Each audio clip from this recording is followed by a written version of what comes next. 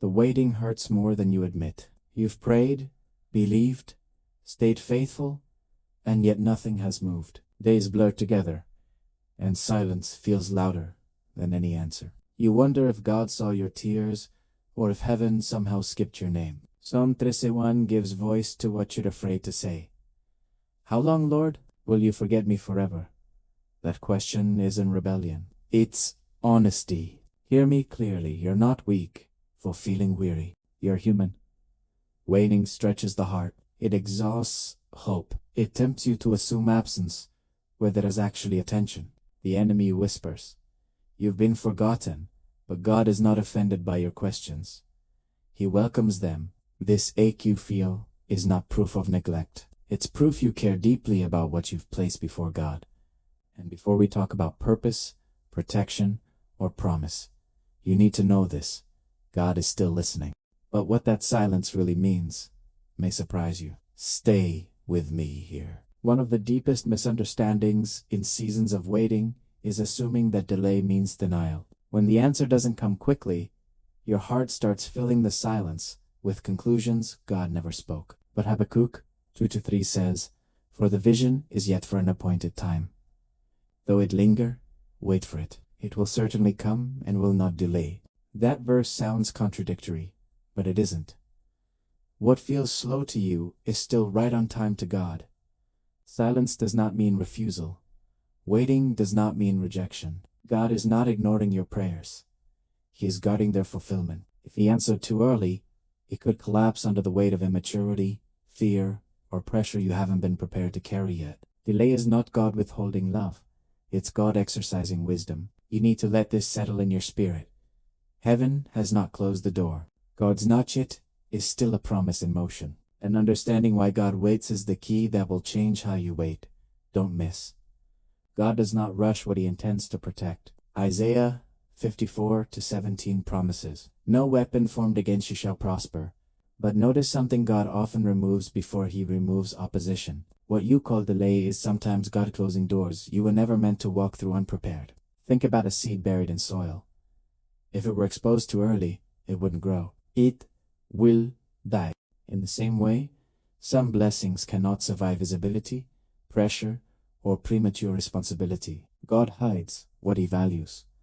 He shields what He plans to use. And right now, you are not being withheld from life. You are being covered by love. There are battles you haven't had to fight because God delayed your arrival. There are losses you avoided because God said, "Not yet." Protection doesn't always feel gentle. Sometimes it feels like restriction, but restraint is often mercy in disguise. This season is not about enemies around you. It's about readiness within you. And that's where God's focus always goes next. So stay with me, because what He is protecting now will soon change everything for you. Waiting has a way of making you question yourself. You start wondering what you did wrong, what lesson you failed, or what sin you missed. But James 1:2-4 flips that thinking completely. Consider it pure joy whenever you face trials, because the testing of your faith produces perseverance. That means this season is not punishment, it's formation. God is not correcting you, He is constructing you. He is strengthening your patience, studying your emotions, deepening your trust. If the promise arrived before the character matured, it would crush you instead of bless you. That's why God works on the vessel before He pours in the oil. This is the workshop, not the courtroom. The refining fire is not anger, it's intentional love. Every delay is shaping the endurance you'll need for what's coming. You're learning to stand without rushing, to trust without controlling. You are not stuck. You are being and when you finally step into what you prayed for, you won't just receive it, you'll sustain it. And the next truth explains why timing matters more than desire. So don't leave. God cares as much about when as He does about what. Ecclesiastes 3:11 says, "He makes everything beautiful in its time. Not your time, not precious time." Some blessings fail, not because they're wrong, but because they arrive too early. An answered prayer without proper timing can become a burden instead of a gift. You've felt the urgency, the rush to catch up, the fear of falling behind. But haste shortens what patience was meant to protect. God delays so the blessing can last, not just impress. What arrives too soon often leaves too fast. Think about fruit picked early. It looks promising, but it has no sweetness. In the same way, God waits until your roots are deep enough to sustain what He's growing. Timing determines strength, stability, and peace. This season is slowing you down on purpose. God is stretching your perspective from immediate relief to eternal impact. When the promise comes, it won't just arrive, it will remain. But what this waiting is shaping will redefine everything for you. You've been measuring your life against other people's timelines, and it's been quietly draining you. You see others moving, settling, achieving, while you feel paused. Shame creeps in and whispers that you're late. But Psalm 37:23 says, "The steps of a good person are ordered by the Lord." Ordered means intentional, not rushed. You are not behind. You are positioned. God is not comparing you to anyone else. Heaven does not operate on competition, likes, or milestones. What looks like delay to others is alignment to God. Your steps are being arranged with care, not carelessness. Release the weight of comparison. It was never meant to be your compass.